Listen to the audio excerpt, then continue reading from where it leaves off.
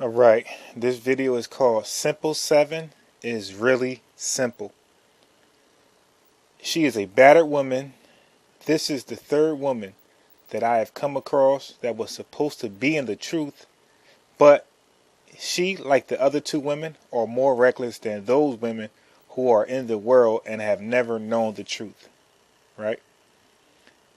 GOCC, Nathaniel 7, Brother Zabak, Tazadakia, GMS, etc.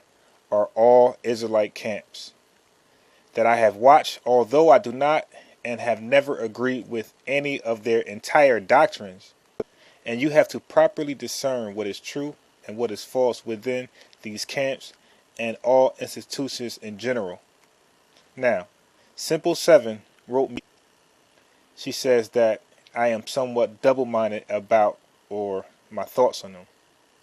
Right. And that's just further the reason why women should be quiet in the presence of spiritual brothers. Simple7 is referring to my video, quote, Money Ministries, end quote, when I said that there is nothing wrong with anyone setting up an academy or a classroom and charge for money, services, and not necessarily charging for the actual teaching. But because she is another former member of the GOCC, like Kana 4567, they are battered women, they are depressed, scorned, and abused women by whatever and whomever. Anyway, they all feel misled, led astray, and bamboozled in some sort of way, and now they have personal missions to now teach the gospel of Christ on their own and by themselves. All right. I even asked Simple7, who does she follow now? And she mentioned her husband. Well, ironically, I don't see a husband in any of your videos teaching. It's you. You decided to put the gospel in your own hand and teach. Now, since Simple7, Kind of 4567, and other Negroite women missed my message, and men missed my message in defense of not just only the GOCC, but anyone who charged for their labor and time, I must reclarify my position. Simple7, as I reiterate, it is impossible for anyone to sell the Word of God. Pay attention. The Word of God is nothing tangible that can be bought or sold, but only the Most High can instill the Word in whom He pleases. Let's look at it. Isaiah 29 verse 10 and 11. For the Lord hath poured out upon you the spirit of deep sleep, and hath closed your eyes. The prophets and your rulers, the seers, hath He covered. And the vision of all is become unto you as the words of a book that is sealed, which men deliver to one that is learned, saying, Read this, I pray thee. And he saith, I cannot, for it is sealed. Verse 12. And the book is delivered to him that is not learned, saying, Read this, I pray thee. And he saith, I am not learned. If the Lord have poured out the spirit of deep sleep on a brother or a sister, and have their eyes closed, who can hear or see? Or who can buy the word of God? Okay? After the academy or classroom setting, you, they, him, her will not understand anything that was given to you if your understanding is sealed. So then, would you consider that you have bought the truth after sitting in class all that time? Emphatically no.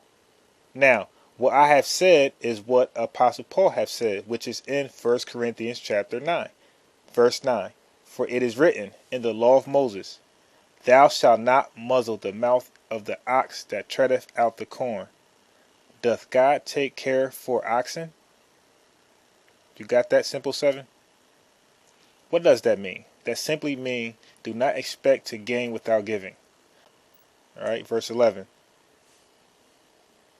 If we have sown unto you spiritual things, it is a great thing if we shall reap your carnal things. So that is a cut for you reprobates. I'll read it again. If we have sown unto you spiritual things, teaching, teaching the word, which is spiritual, is it a great thing if we shall reap your carnal things, which is money? Okay, money is something that's carnal. Okay, verse 12. If others be partakers of this power over you, are not we rather? Nevertheless, we have not used this power, but suffer all things lest we should hinder the gospel of Christ. That is self-explanatory. As long as they, you, he, her, is not using you or use your carnal possessions for greed, then it is not unlawful to teach you the word in an academy or a classroom setting. Alright? So, what else did the Word of God say about buying or selling the truth? Isaiah 55 verse 1. Ho, everyone that thirsteth, come ye to the waters, and he that hath no money, come ye, buy and eat. Yea, come, buy wine and milk without money and without price. Now, Simple7, how can you buy these things without money? And what is the message here? The message is clearly that you cannot buy anything that is spiritual. Is the truth spiritual? Emphatically, yes. So you cannot buy the truth. Now let's look at Proverbs 23 and 23. Buy the truth and sell it not. These are some questions for Simple7 in regards to this verse. And Simple7 is really simple. Who do you buy the truth from and with what? Who is permitted to sell it, the truth? Who is permitted to sell it to you and for how much? Of course, you're not going to answer that. You don't know. So that question is basically rhetorical. All right, Acts chapter 8, verse 20. But Peter said unto him, Thy money perish with thee, because thou hast thought that the gift of God may be purchased with money. Simple7, you are indeed simple, because you thought the truth could actually be sold or bought for and with money. The word of God. You cannot buy the truth or sell it by orchestrating an academy or a classroom. Simple. Check this out. Jacob and Esau tells us how spiritual things are bought and sold. Genesis chapter 25, verse 31. And Jacob said, Sell me this day thy birthright. So, simple. Let me guess. Esau is going to set an academy or a classroom to sell his birthright that is intangible, spiritual. No. Simple. Simple7. Verse 32 and 33. And Esau said, Behold, I am at the point to die, and what profit shall this birthright do to me? And Jacob said, Swear to me this day. And he sware unto him, and he sold his birthright unto Jacob. So, simple. So, how was the birthright sold to Jacob? You don't know, of course. Esau had to renounce it. You sell spiritual things by renouncing them, shunning them, or rejecting them, or even damning them. But you don't sell it for a dollar. That's not how something spiritual is sold. That's not how you sell something spiritual. You don't sell something spiritual by getting a dollar for it, because you can't physically give it to anybody. You sell things spiritual by renouncing it. Selling and buying spiritual things isn't any way, shape, or form like selling or buying carnal things. And you buy spiritual things just by adhering to the truth. Okay? Isaiah 55, verse 1. Ho, everyone that thirsteth, come ye to the waters, and he that hath no money, come ye, buy and eat. Yea, come, buy wine and milk without money and without price. Verse 2. Wherefore do you spend money for that which is not bread, and your labor for that which satisfieth not?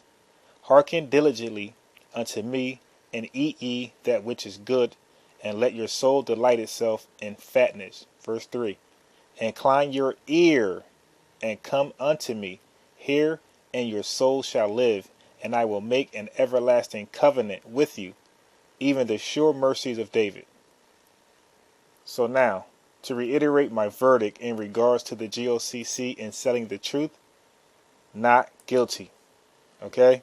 Real simple. Now, if you are charging them with propagating a false teaching, then you might have a case depending on what they are teaching.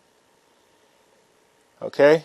Because I have already mentioned that some of these brothers are on point in some areas and off point in other areas. Now, this video was a last desperate attempt to reach Simple after numerous attempts to get her on the phone where we can just clear this up. But her controversial attire and actions are nothing but a poor attempt to self-promote her teachings. Shaking my head. So, I hope I answered your questions, Simple. Shalom.